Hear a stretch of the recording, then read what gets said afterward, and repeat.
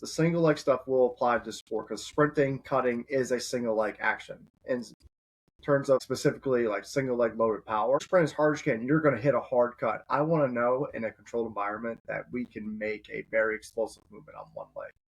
So it was one of those things like, yeah, bilateral will work, but I think we just stopped thinking. We stopped thinking after unilateral strength.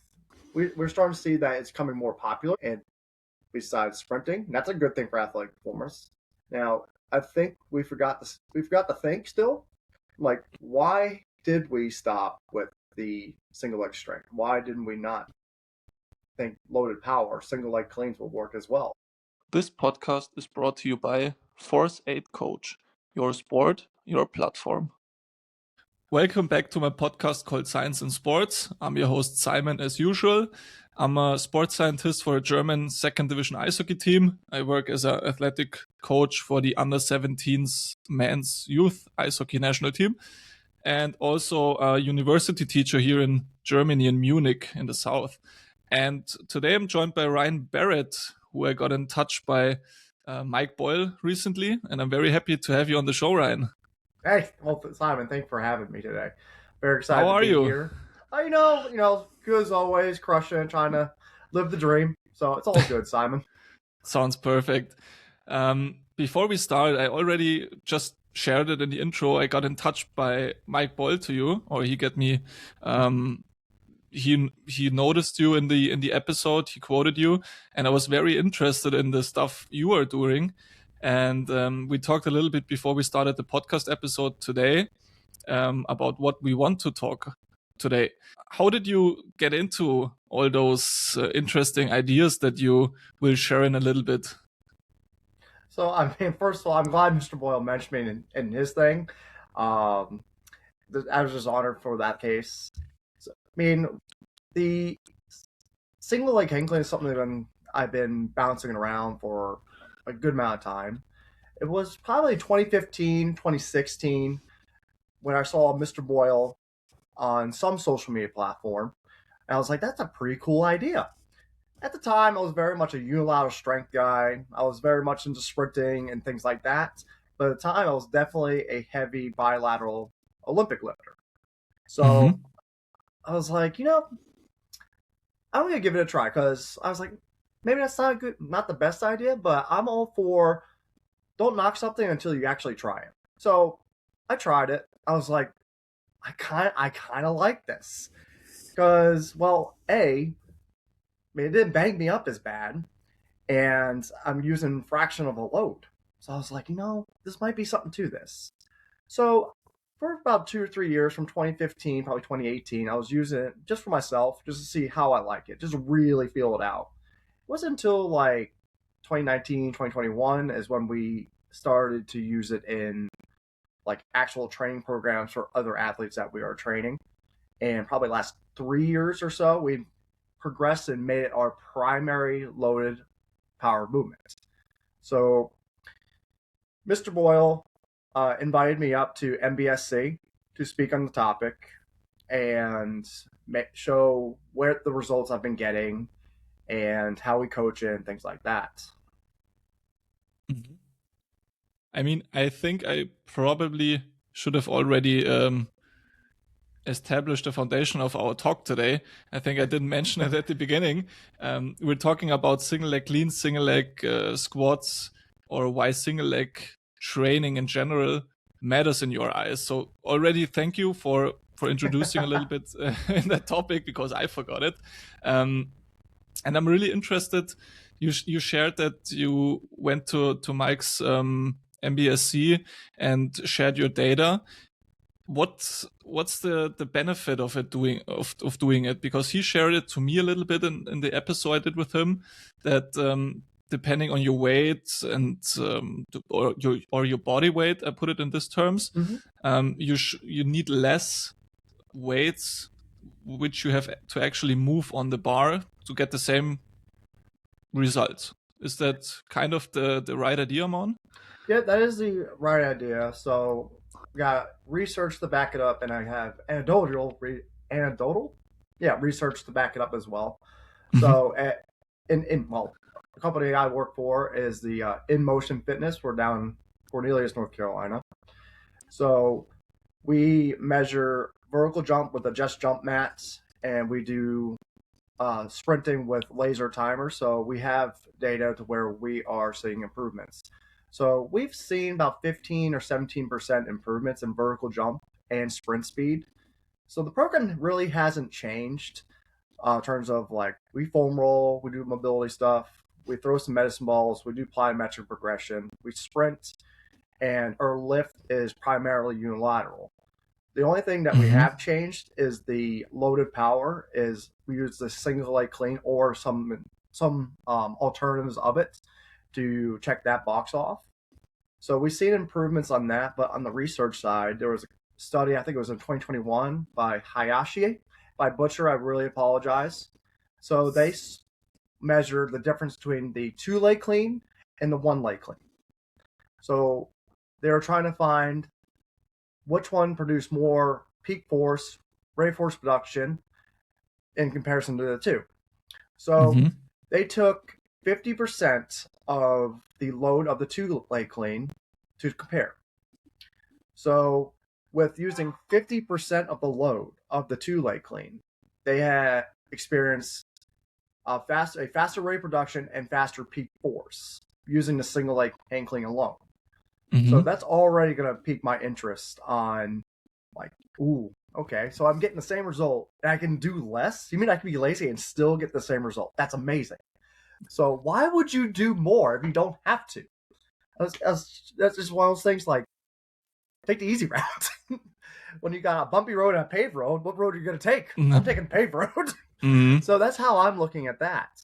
So looking at single leg strength, power, and things like that. So another study by Bishop, they were looking at the bilateral deficit. So if you don't know what the bilateral deficit is, essentially adding both legs together will equal more force than using 2 legs at the same time. So Bishop found that the people who had a bigger bilateral deficit had a better sprint speed and change of direction. So it goes back to the idea of why aren't we pushing single leg power like we do single leg strength and sprinting? So it's one of those things like I think we stop thinking for a moment and keep pushing the needle forward. So also 50% body weight as well. So I think it's Alex and Tara did research on the strength of 1 leg squat to 2 leg squat. So he was trying to find the equivalence between the two. So using force plates, he found a body weight 1 leg squat was equivalent to a 200-pound, 200-kilogram back squat. So, okay, so I'm doing my body weight on 1 leg is equivalent to a body weight back squat. Okay, so he also found if you're able to do 50% of your body weight on 1 leg, it would be equivalent to a 2 times body weight back squat. Now, is the single leg hang clean completely linear to that study? I don't think so, but I really think we're in the ballpark here. Because that's very interesting that what you shared at the end, because today in the morning we had the same discussion in our gym when I worked out with my players. And like I said at the beginning, I'm not 100% sure about the numbers Mike said before, but if you think about cleaning, let's say 100 kilos, it's not like you just show up and clean 100 kilos. It's pretty heavy. You know, you have to really be focused. You have to really be technical, and you have to work your way up to really achieve, let's say, 100 kilo clean. But if you take half of it, a 50 kilo single leg clean sounds way more doable than a 2-legged 100 kilo clean. And I'm thinking the same way. If you add up both legs, I think that it's much more efficient way of producing force than at the end. Oh yeah, or to generate force. I love how Mr. Boyle put that. I was like, he's absolutely correct. He put it in a much better way than I could have. So he's Same right. here.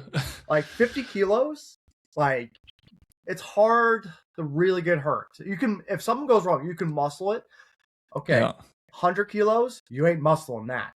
You better know what you're doing. Yeah, so exactly. It's one of those things like all the performance things aside and things like that. So probably the most important thing that makes athletes, what makes the best athlete is the available athlete. So you can increase your performance all day long. If the athlete's not available to play, it's not worth it at this point. Yeah. So we are getting performance gains using fractions of load. And because at the end of the day, we're here to make the athlete play at their highest level, not trying to put it all on the line in the weight room. So what route would, or really our primary job is to limit the amount of risk and have the biggest reward. So I think single leg strength and power is vital for that. Yeah. I see when we work out with the guys and they start squatting 150 plus kilos, in my eyes, with a little bit of a messed up back, I'm always a little scared, because you never know what happens. I mean, they're professional athletes, but still, right. If you put on 150 kilos plus on a back squat, it looks rough as well, even from the outside. And to minimize that risk of doing the motion wrong, doing the drill wrong, injuring yourself, to just take, let's say, half of it, and you prepare the guys for a longer period of time that they're able to do it single-legged. It's pretty awesome. Pretty nice thought. So yeah, Simon, I'm going to agree with you here. So years ago, I was the heavy bilateral person. Years ago, I was that person. So I've been on both sides of the coin. So I've been the heavy bilateral, old school strength coach. Now I'm very much a unilateral guy. Because 21-year-old Ryan, well, he was squatting being kilos. So be about 150 kilos. Yeah, about 150 kilos. And coming out of bottom of the squat, the bar slightly turned. Jack did not like that very much. That put me down for months. And at the time, I'm like, all right, I like working out. I need to do something though. So I had to figure out what lower body did not hurt. Lunges didn't hurt. I was like, okay, let's do that. And of course, looking for more things, I was like, I stumbled upon Michael Boyle. And I start reading some of his things. And you're like, that makes a whole lot of sense. And probably ever since then, I've been very unilateral based. And I feel great. Strong is still strong. That's great. Because everybody's like, you're not lifting heavy weight. You're not strong. I'm not sure what to define strong, though. So if I'm doing 50% on a one leg squat, it's about 2 times back squat. I would say that's amazing. Yeah. So I would say strength's still there. And at the end of the day, if we're looking at athletic performance, I could care less what weight you have on the bar or whatever dumbbell you have. I could care less. If sprint speed is not reducing or vertical jump is improving, there is a problem in the program. If those are going down, not improving, there is a problem in the system. Either, I like the saying, the children's book of filling buckets. There's too much in some buckets, causing the system not to work the way it should. Do you think let's stick on the topic of jumps. When you take, in my case, hockey team or soccer team, doesn't really matter, I think, and you track them during the off season and you track them during the in season, for example, like the competition season.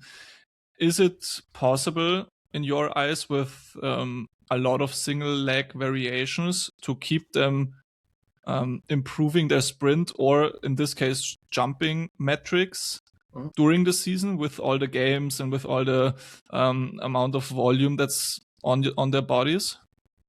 So I mean, we measure sprint and vertical jump on a daily. So if we're jumping or sprinting less than 90% of their typical best sprint, we'll take the day off on that aspect because we're not going to move the needle at that point. Yeah. And the great thing about like doing single leg stuff for in season or off season, for off season, you're moving the needle forward. In season, there's less load on the body, or I like to say orthopedic cost, not banging up the body, doesn't cost as much using a single leg. So you're still getting performance and not banging up the body. I would say we're doing a win-win here. So I think in season, off season, unilateral works pretty good. Yeah, because in my case, let's say we at the moment we're 4 or 5 times in the gym, on the track and field areas, working out hard in the summers. But in season, we only go to the gym, for example, 2, maybe 3 times. But the volume in the gym obviously goes down a lot in comparison to now, because you have 2 games, you have 5, 6 times practice on the ice. Right. And the thing is, if it's let's stick on the jumps if you don't mind. If the jumping height stays the same, plus minus a little bit, maybe because they didn't sleep good or whatever, I think it's okay. But if it's decreasing, let's say, obviously it's a bad thing. Programming sucks at the end of the day. But if it increases with the 2 times, with the less amount of gym time you spend, working effectively with a lot of single leg stuff, it's you are on the right track, or am I wrong? Yep. So we work in motion as a private sector strength conditioning. Yeah. So we are great if we see people 2 times a week. 3 days is really nice all throughout the year. In season, we might see them once, but we still either stay the same or we still move the needle forward. We're still improve on those on those qualities. If it was a collegiate setting, 3, 4, 5 days a week, it's possible for sure. But at the end of the day, we always ask the question, how are you feeling today? It's not just a pleasantry. It's more or less, are we like, let's go mode? Or are we like, I'm here to check the box mode today? So that's really, all the science aside, you got to be a coach. You got to coach the kid that's in front of you and decide it's time to either do an underloaded kind of day, still check your box on each of the lift, or let's just go ahead and see if we can personal best this today. So, you mentioned briefly during our talk already that most of the let's say sprinting, jumping, deceleration, acceleration is done on one leg. It's more a unilateral movement. And my question to you, now that we are talking, and I'm glad that you're here, with all the years of experience you have, with the research background you developed on those topics, why could it be that, or why is it that way in a lot of places, that the programming is built around bilateral movements? Because a lot of the motions that you have, let's say on the ice or on the pitch, are unilateral. Why are not more strength coaches or sports scientists going the route of more unilateral stuff then?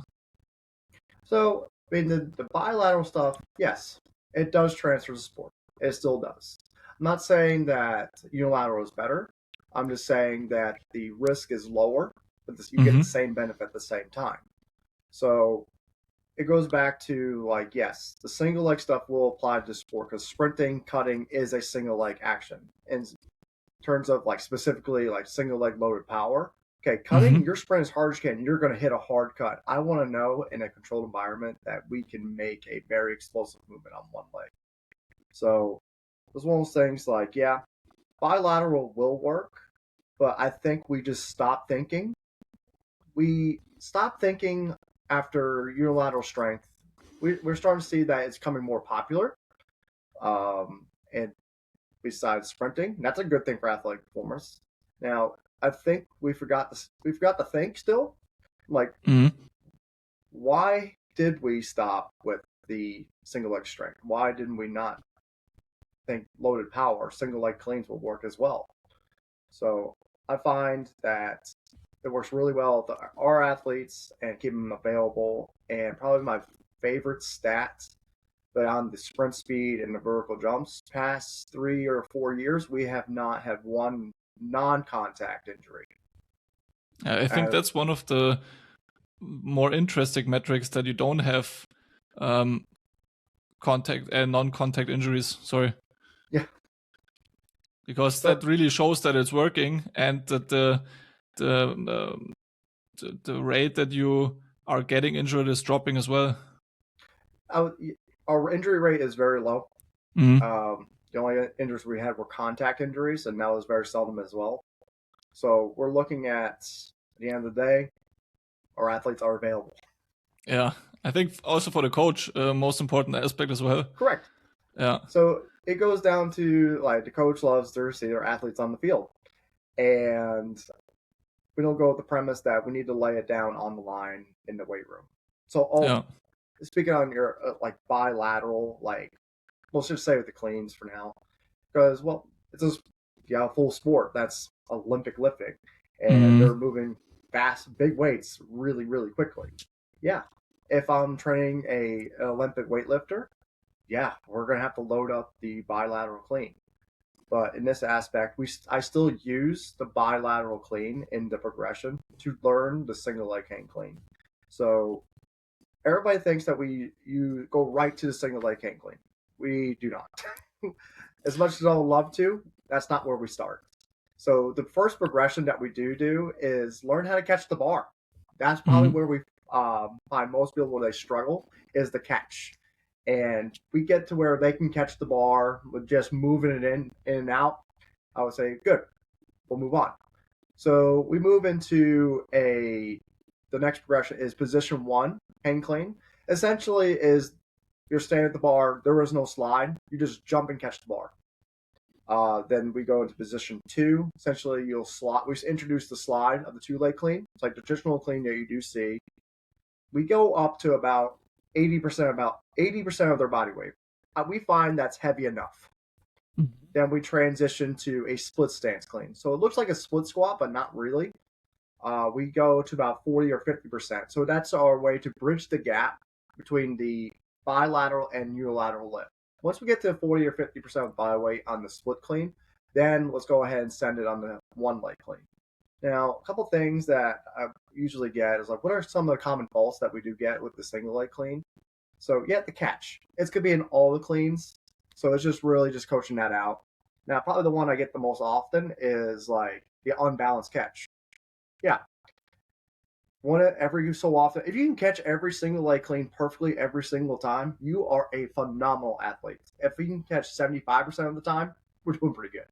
If you have to kick that leg out for a light tap to bring yourself back center, I would say we're doing just fine. And remember, the load is a whole lot less than the bilateral clean. So I'm not concerned on like a hurt wrist or anything of that sort. I'm not concerned because the weight is not heavy enough to even get there. So progression is important, is what I'm trying to get at.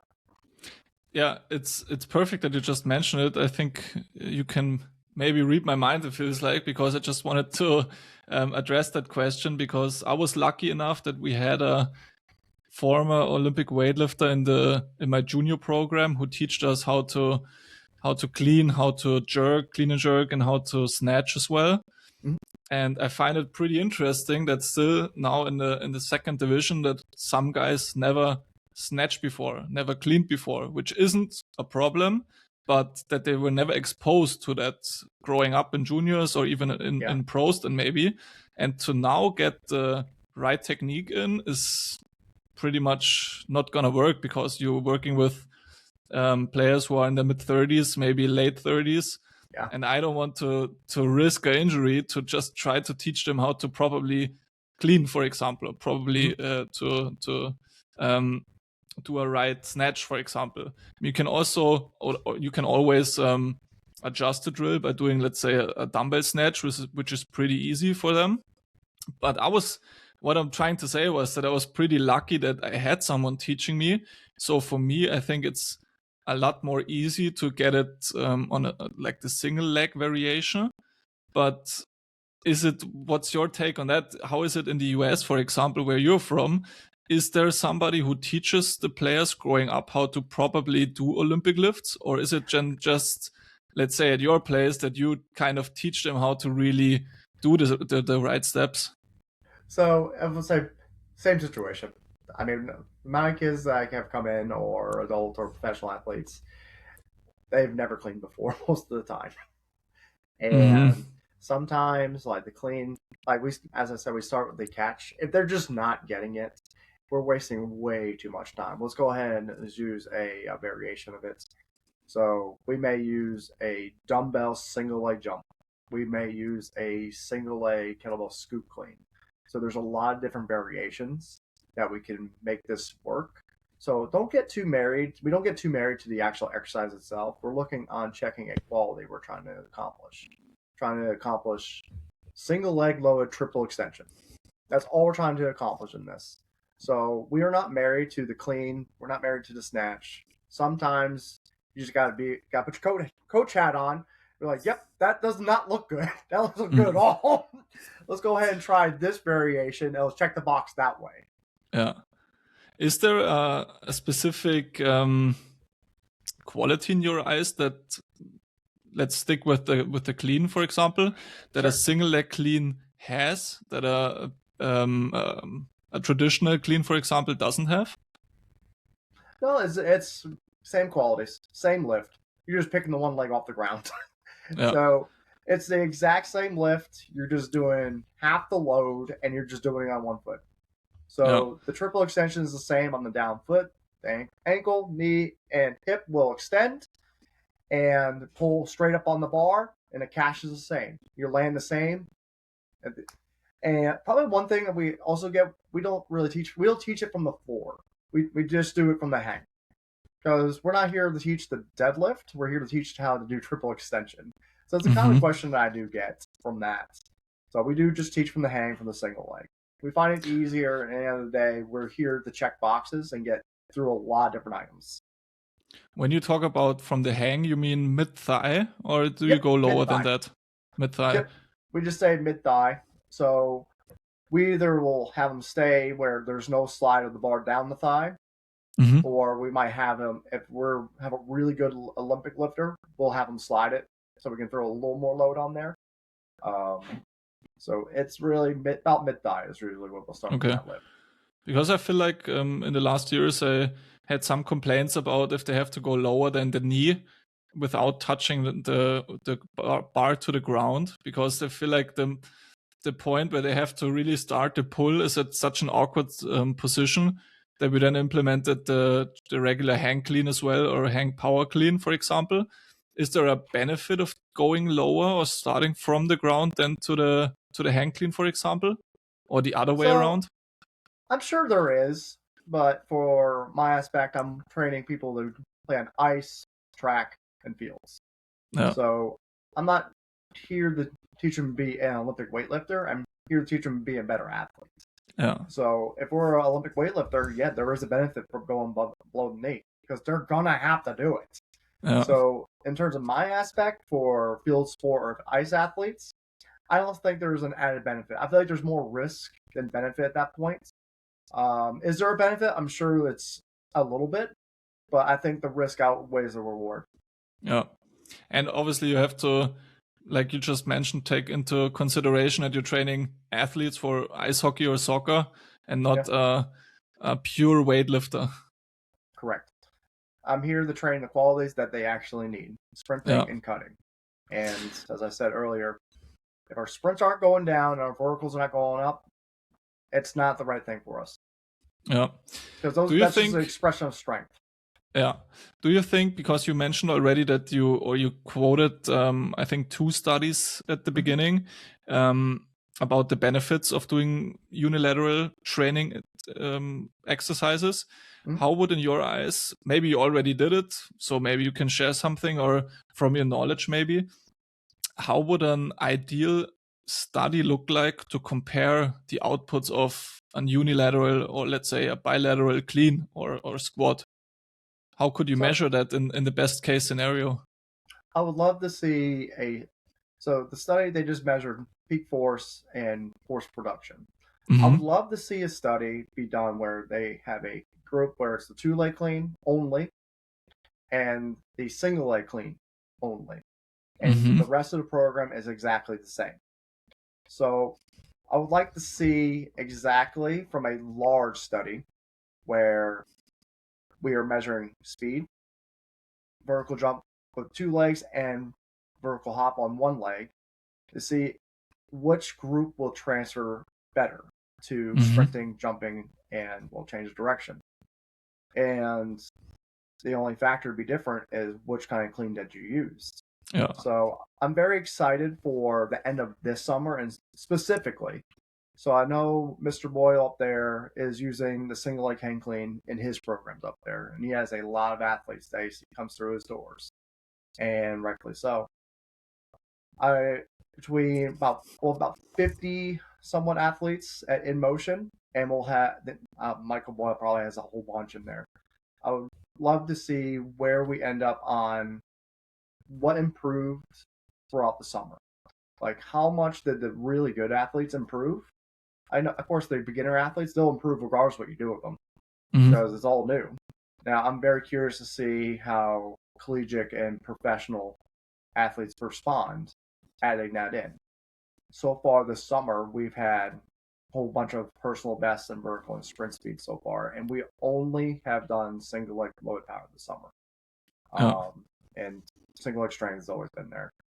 So I'm very curious to see the large sample size that comes out of what MBSC and what In Motion has. We'll see where we end up at the end of the summer, and maybe we can touch base again on that. Would love to, yes. Because I'm really interested. Sorry. No, you're good, Simon. I'm sorry. No, keep going on your thought, please. So that's the kind of study I want to see. I want all variables be the same and have that one factor be different. And the things sport coaches love, like fast, jump high, and change direction quickly. So it makes their job a whole lot easier. Yes. So, and we're able to, so far the single leg clean has shown that. And we're getting the job done with a fraction of the load. So the idea of like you need heavy load to get the job done, I just don't think so. As I said earlier, I've been on both sides of the coin. I just think we get the job with less. Yeah. The thing I wanted to address really quick, or ask you about it, is it also, or is it beneficial to, let's say, build muscles or to maintain muscles or to produce like maximum force? Can you use those single leg variations in all phases of the program, for example? We do. Okay. So when I say we're unilateral based, we are full in on it. So our volume phase is, for say, okay, I'll just go talk about the program, what it looks like. So foam rolling and mobility stuff, it stays the same throughout the year. So we foam roll front of the body and back of the body. We get everything. So it's just going to tell the brain, you need to relax a little bit before we start the mobility stuff. So for the mobility section, we pick something for each joint that needs mobility. So the ankle, the hip, the T-spine, and the shoulder. We'll pick something for each pattern and we'll move on. Then we'll go into like plyometrics. Our first phase of plyometrics is we're going to stick the landing. So so you drive a Ferrari, okay? You bought a Ferrari today, but you got the really bad brakes with it. Are you going to drive that Ferrari very fast? Of course not. No, definitely not. You know? No. What? So we are learning to stick the landing, so that Ferrari can stop. Because, well, injuries don't occur when you jump, it's when you land. So we're trying to prevent those like non-contact injuries. Then, after 3 or 4 weeks, we'll go into we call it mini balance double contact. Essentially, we're bridging the gap between sticking the landing and the stretch shortening cycle. So we're not just going from stick landing to go rapid fire after that. We're going to do so it's a mini balance, jump, stick the landing. So we're still introducing the stretch shortening cycle, but we're still learning to land. We're still installing those brakes. Then another 3 or 4 weeks go by, we'll go to a phase 3 continuous. Now we're going as fast as we possibly can do this thing. As soon as you hit the ground, I want it to be rapid fire. Then phase 4, we're going to add like a depth drop or something like that, adding more gravity. So, so for instance, they'll jump off the box and they'll hit the ground, hop, do as quickly as they can. So next part of the program will be our speed. Our speed's pretty simple. We time every time they're there. I want to know they're getting fast. I don't want to guess. I want them to full on send it. So the great thing about timing sprints, everybody's like, I gotta beat my time. I gotta figure it out. So it's the crazy thing. As soon as they know what their baseline, they're gonna try different things to run faster. So it's one of those things. It's very cool how they try to self-correct themselves. They try something like, oh boy, that was really slow. Let's try something different. So it's one of those things that our speed training is very simple. We do weighted sprints as well and throughout the week. So we load that sprint about 25 to 50% slower of their fastest time. So we are basing their load off what they actually sprint. Then we'll go into our loaded power section. So we use our progression wherever they're on the progression chart. But since this instance, single leg hang clean would be our day one, our primary lift for the week. And the strength. Then we'll go into our strength section. We'll have one leg squat, slider reach, bench press. Yeah, we'll bench press. Because everybody's like, yeah, let's get the bench press out. Is it like the best lift? No. But is it fun to do? Yeah.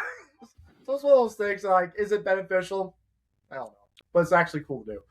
We'll do some rows just to match that bench press. And our core stuff, we're going to train from the shoulders to hips not to move. Because we're trying to generate force from your lower to your upper and upper to your lower. So if we're going for the six-pack, I don't think we're going to get that here, but our goal is to generate force.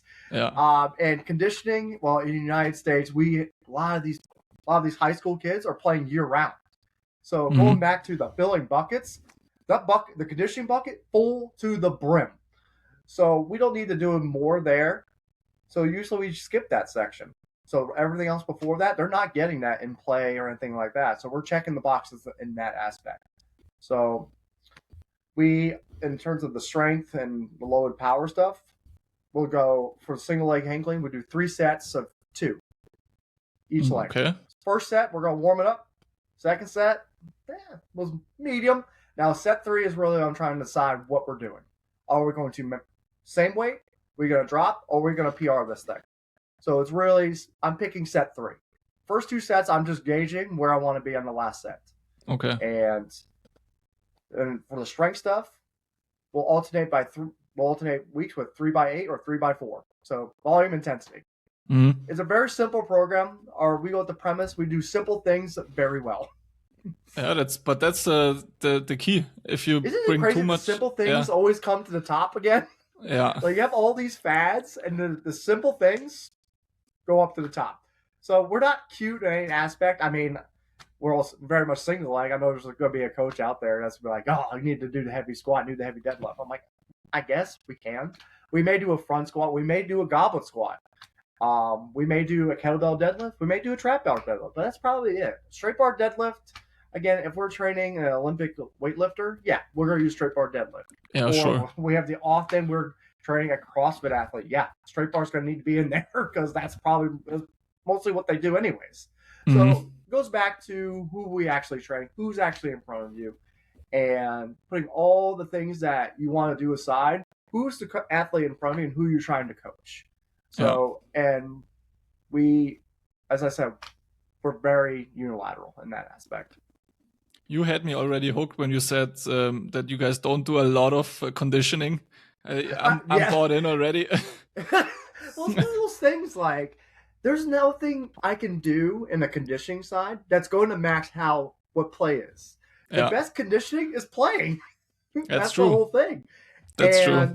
I was like, okay, what if they're not doing like clubs or anything like that sort? Okay, yeah, we will do conditioning. So probably when everybody thinks like sport specific, I would say the conditioning section is the sport specific thing. While the rest of the qualities, it's good for all sports.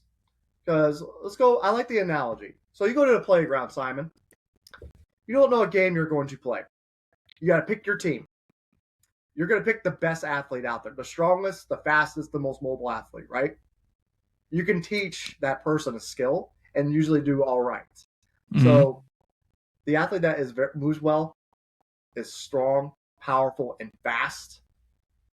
Those are good qualities for all sports.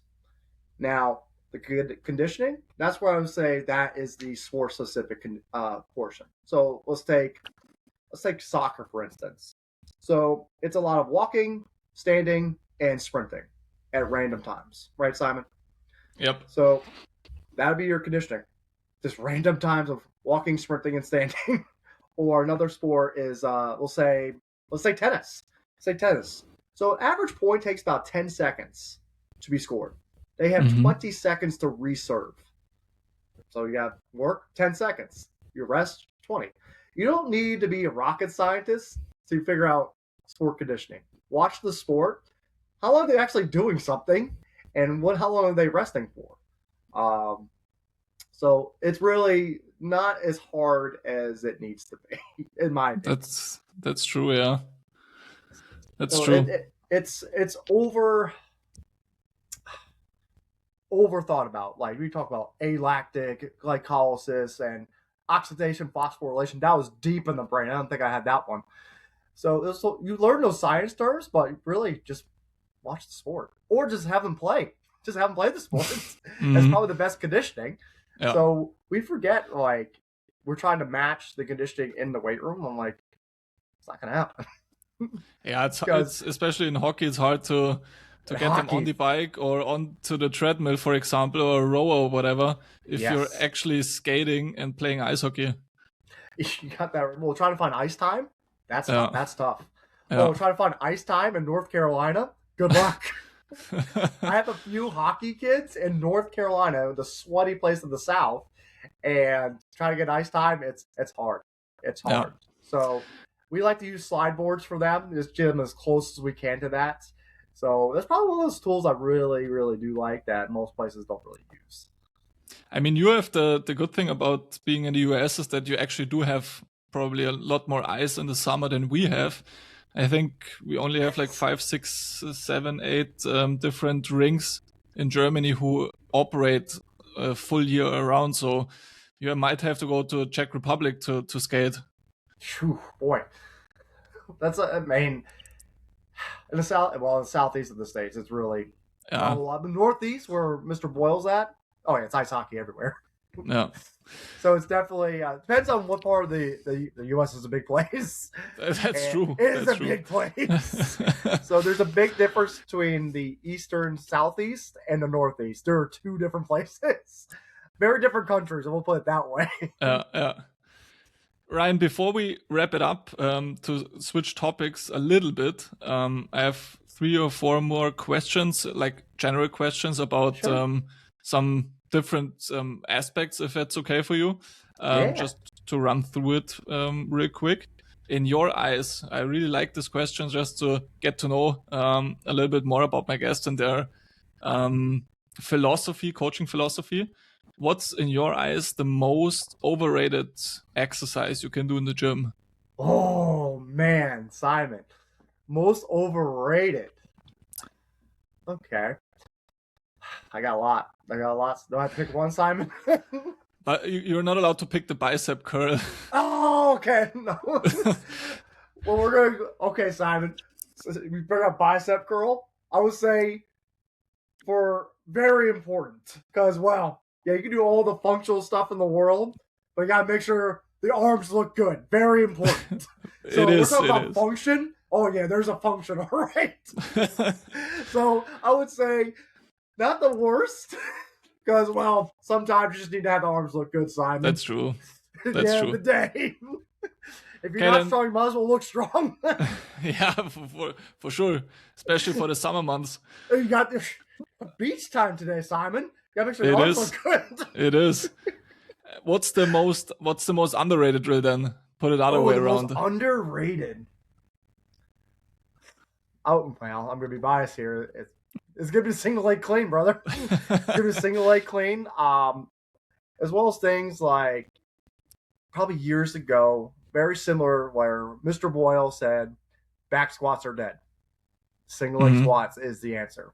It's kind of like the same kind of situation where like the 2 leg bilateral hang clean people are like, what in the world are you doing?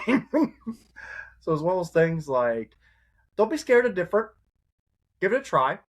I always say, as I said earlier in the presentation, don't knock something until you tried it. Hmm. So see, like you may feel better. Yeah. What's the risk in that? You may feel better. You may actually That's enjoy true. it. Yeah. And the person that is the Olympic weightlifter, try the single leg. It may help their imbalances to improve their two leg clean. So I would say there's a lot more upside for both parties. So the bilateral party, use it as an accessory. Help your actual clean. Mm-hmm. So you tell me that we improve the right side, we improve the left side. The sum of both should improve, wouldn't you think? Mm-hmm. So in the single leg people, great. We're doing a good job. I would say we're doing the same. Getting the same result with a fraction of the load. So to Yeah. answer your question on, I went sidetracked All with good. Jason there. So we probably the most overrated. It's the back squat. That's one I've always been like, overrated, because I just think I know this is gonna probably ruffle some feathers. I think it's an ego lift. I really think it is. So it's one of those things. Yeah, I was the heavy back squat guy, like 150 kilo squatting it all day. I felt bad. I just didn't never felt good. Mm-hmm. And it's one of those things like it didn't. I just say it's an over. I think it's a really overrated lift because you need so much load to get the same response as the one leg squat. As Mr. Alex Santera said, his research said that I can get the same thing with 50% of my body weight. Are you kidding me? Why wouldn't I do that? Yeah, true. So it's one of those things like, I think it's one of those things it's an ancient lift. And the people say you need to squat down. Yes, you do still need to squat. I do agree with you. But I don't remember the last time that I had to put something on my back that heavy and squat down with it. I could not tell you the time. I can tell you the time where I had to do like hold something in this aspect in front squat position, a goblet position. Yeah, often I do yard work. I'm a dad. I'm a husband. I gotta lift heavy things. I gotta do yard work. I gotta squat down. Yeah, I'm gonna hold things like that. So I would say goblet squat, great. Front squat, great. It makes sense, and you need not as much load at the end of the day. So it's a pattern that you still need to do, but do we need to load it to where what could really crush you at this point? Am I a power lifter? No, I'm not. Is it a sport? Yes. We're training a power lifter? Yeah, we're gonna squat this thing. But if that's not what you're looking to do, we're looking to increase performance and the least amount of risk possible. Let's take the unilateral route. Why wouldn't we? So, is it cool for social media? No. Does it look cool on Instagram or Facebook? No. Because it's one of those things like, it's not optically like, oh, that's impressive. So, the people who do one leg squat and see person squatting half their body weight, like, that's heavy. The people who have not tried up to about half their body weight and squatted it, they have never tried it yet. It is hard. It is difficult. And you will definitely feel your legs. And your back will not have to pay that price. Yeah. So it's one of those things, just try it. And the other thing is, if you go to a commercial gym and train as like an athlete, it already looks suspicious to everyone else. So it doesn't really matter if you put in a single leg cleaner squat anyways. So it already looks weird what you're doing.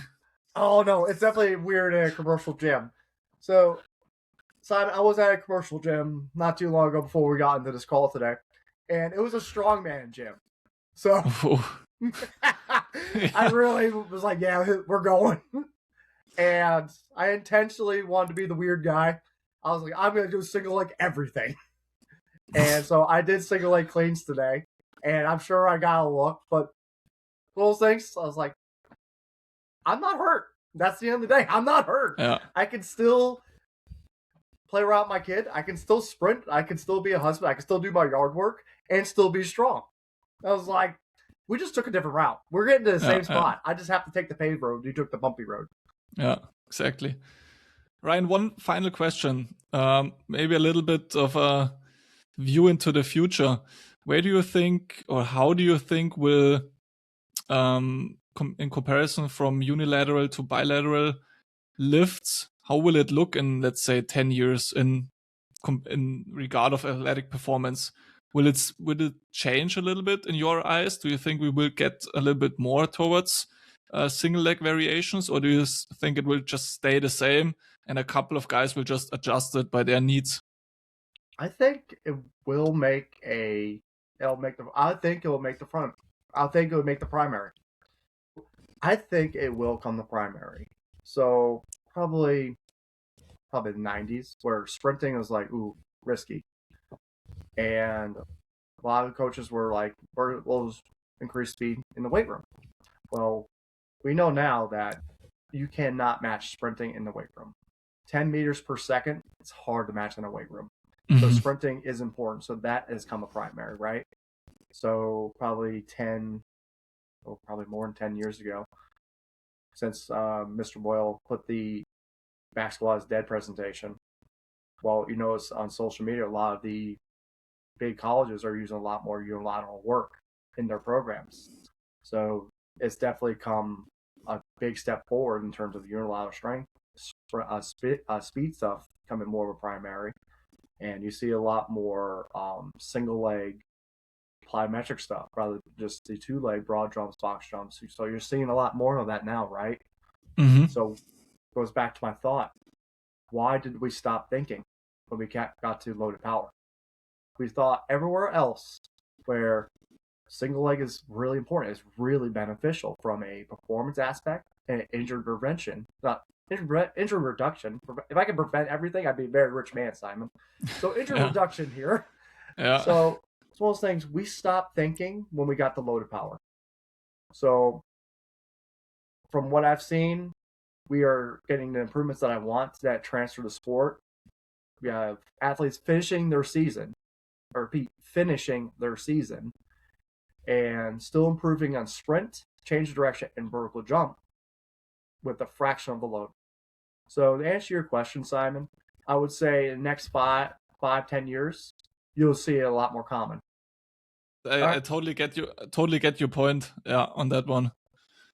Ryan, would you mind sharing your details where people can maybe get in touch with you or get to know more about those single leg squat, single leg clean variations to get a feel of why it is so important to use in athletic performance?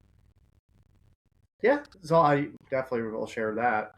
So, I mean, you can find me on Instagram. It's Ryan Barrett 5890, or you can send me an email directly, either for that, or you can send me an email at ryan@inmotionfitnessinc.com.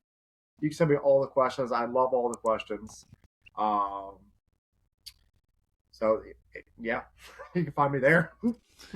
Yeah, I will put everything in the description or in the caption below of the podcast.